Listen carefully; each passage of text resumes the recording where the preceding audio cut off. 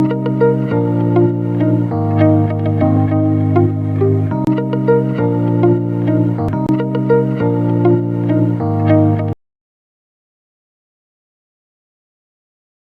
very good morning to all of you, and I'm Dr. Neeraj, currently working as associate professor at AIIMS Patna, and I have a very keen interest in critical care as well as neurocritical care, emergency and trauma care, and presently I'm serving as a sub-dean examination at AIIMS Patna also. I have around 10 years of experience in critical care post-MD, and currently I have been given opportunity to speak on obstetric emergencies, although it's a crash course program. So my slides will be totally fact-based slides, and maybe few of the things will be not correlated because the time is very less, and I'm going to talk about obstetric emergencies, and I've tried to cover most of the part because we are already taking lectures for regular EDIC candidates. So before starting my slides, I don't have any disclosures. And if you see the obstetric emergency, that why it is important for your EDIC point of view, because the pregnant and post-partum women, they require admission to the ICU, and they rarely constitutes around 1% of the all pregnancies and less than 1% of the ICU admissions. But they are primarily admitted in the because they have unrelated medical complications, and most of these women are having a postpartum, with exceptions for trauma and cardiomyopathy. Even one study suggested that SOFA is a better system for predicting mortality in obstetric patients, and actual mortality rates are dependent upon the disorders that has caused the ICU admission. If you look the obstetric patient data, they have conducted this study, and it was published in Hong Kong Medicine Journal, and they found that 50 obstetric patients admitted to the ICU. They found that 0.65% patient of the total ICU admissions were obstetric patients. And out of this, 50 patients were undergoing delivery. So you can understand the importance of these patients who have been admitted to the ICU. And they have further break it, like what were the primary diagnoses. You see that in obstetric patient, out of these 35 patients, most of the patients have postpartum hemorrhage and then pregnancy-induced hypertension like eclampsia, severe preeclampsia, HELP syndrome, then amniotic fluid embolism, peripartum cardiomyopathy. So all these diagnoses are your EDIC questions. Why? Because all these diagnoses is very, very important to understand the clinical physiology, clinical features, their management as per your EDIC examination. I have not covered most of the part, but I have made this slide, made this crash course bit. You say like few questions have been incorporated here, and I will try to engage you also. If you can all attempt, you can write the answers in the chat box and all. But important is that you see that how postpartum hemorrhage is very, very important, and then your antepartum, peripartum cardiomyopathy all have an important role. So this is a very important list that what I have highlighted here. Now coming to the non-obstetric causes, you say that non-obstetric causes still UTI, then your chest infection. These all are very, very important. Now the first question that has come into my mind was, how do you clinically evaluate your gestational age?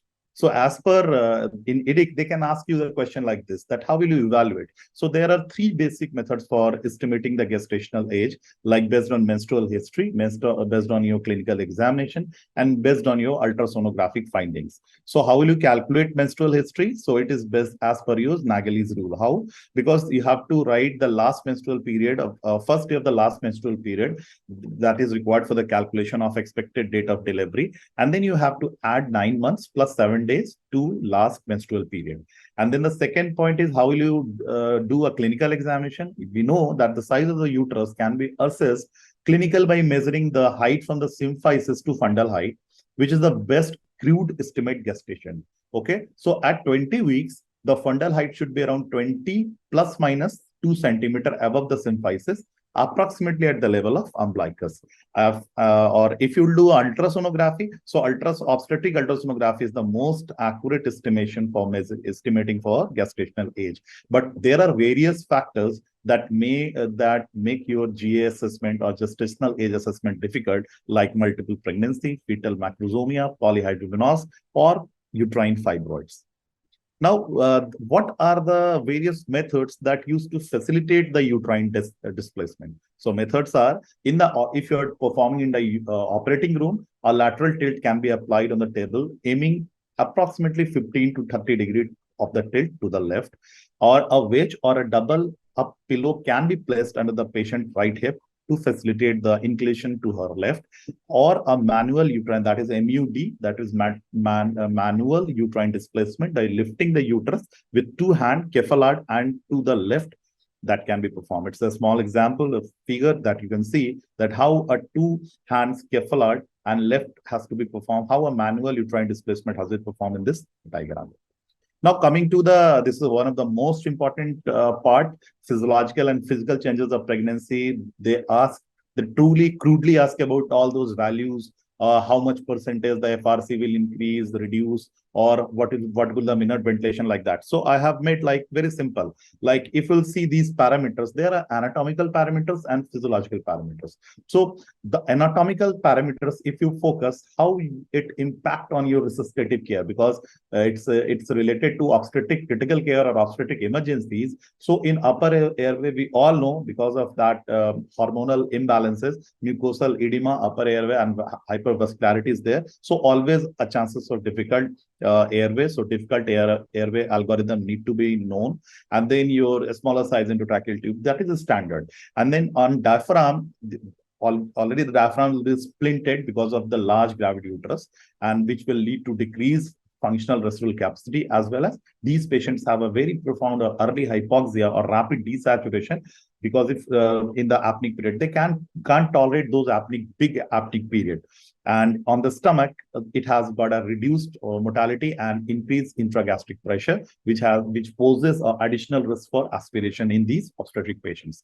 Coming to the physiological points, you see that minute ventilation, the first parameters that has been taken care of. Why? Because it is increased by 45%, and these patients may have a decreased PaCO2 value. So they have risk for acidosis, and they have decreased buffering capacity. If you see the oxygen consumption, it increased by 20%. So hypoxia is more likely. It has been a plausible explanation for that. And for functional residual capacity, it decreases by 25%. That's why these patients develop hypoxia earlier. Why I have highlighted blue as well as red? Because the cause why hypoxia is earlier is because of decrease in FRC. Why hypoxia is more likely? Because of the increase in the oxygen consumption. And if you'll see for the chest wall compliance, these patients, because of the large gravity uterus, it displaces the diaphragm, cephalad, and leading to decreased transalveolar pressure.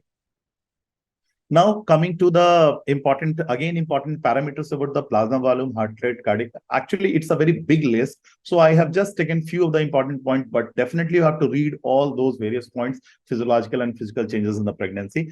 You see that here in plasma volume, it increases by 50%. Why? Because how it going to impact? Because of the patient will have a dilutional anemia, the patient have a decreased oxygen carrying capacity, the patient have an enhanced physiological reserve against hemorrhage, and heart rate increases by 15 to 20 beats per minute, and cardiac output also increases by 40%.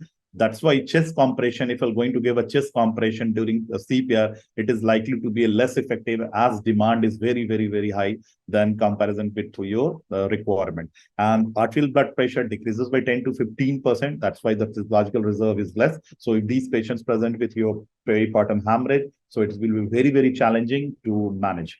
And then uterine blood flow, it again accounts for the 10% of the cardiac output at term level, at the term. So potential for massive blood loss will be more. And if you'll see the cardiac anatomy, I have already discussed that the heart may be rotated cephalad and maybe to the left, cephalad and left, and the chamber size may be increased, particularly at left atrium, disposing it the more risk for dysrhythmias as well as supraventricular tachycardia. Now, if we'll see the maternal acid-based physiology during the pregnancy, it's very easy to remember like that. There are three different columns, like first non-pregnant in normal patients, and then first trimester, second trimester, and term. Because what in EDIC, they will not give the values in millimeter of mercury. They will ask you PO2 values in kilopascal. So you have to remember both the values. So for a non-pregnant patient, PaCO2 value will be 5.3 to 40. So 5.3, first trimester 4, then second trimester 4, then third trimester again it's 4. So it is 4, 4, 4. And the PO2 value for first trimester is 14.3, then 14, then 13.7. So 14.3 is equal to 107 millimeter of mercury, and 13.7 is 103 millimeter of mercury. pH is almost same, but it is in first trimester, second trimester, and term, it is 7.44. And bicarbonate it is 21, 20, and 20. Now, one more question was there, that which is the vasopressure of choice in the pregnant woman? Suppose if the patient is having hypotension following a subarachnoid-induced hypotension, so which vasopressure that you will give? So we all are aware that this maternal hypotension is frequently associated with spinal anesthesia. So because vasoconstriction occur in all vessels during the pregnancy, it is always important to select an agent that preserve uterine blood flow and uterine perfusion pressure. So how it will be done? Because uterine vessels are maximally dilated. Why? Because they have only alpha receptors. So it always play a role in selecting a sympathomimetic drugs that acts on the alpha receptors only. Okay, so based on that, there are 4 different types of drugs that have been tried for treating maternal hypotension, basically in obstetric patients, like ephedrine, phenylephrine, dopamine, as well as vasopressin. But you see that ephedrine is preferred. Why? It has good safety record. It has a minimal effect on placenta at low doses. It crosses the placenta and has been reported to cause fetal tachycardia and acidosis. Now, this is one of the challenges while using ephedrine, because it can cause fetal tachycardia and acidosis because it can cross the placenta, and that's why it has been used if you want to use as a bolus agent only. For short-lived hypotension, if the hypotension is short-lived, you can use ephedrine, right? But if the patient is having you want to use a phenylephrine, it causes more uteroplacental vasoconstriction, no more fetal acidosis or adverse neonatal outcome than ephedrine. It should be considered if you want to give a infuser agent for a long-standing hypotension, longer duration. If you want to treat, if your hypotension is of longer duration of therapy, you can give phenylephrine. Whereas dopamine is studied in few of the pregnant patients with sepsis. Overall effect on uterine blood flow has not been illustrated. While dopamine might be a better choice for an inotropes because it persistently increases the heart rate and does not increase the MAP. That's why it is not being used. And vasopressin, intravenous and intramuscular administration of vasopressin has been used as it can cause your uterine contractions. So the choice would be your phenylephrine if you want to use a continuous infusion. If you want to use a single shot bolus, you can use ephedrine.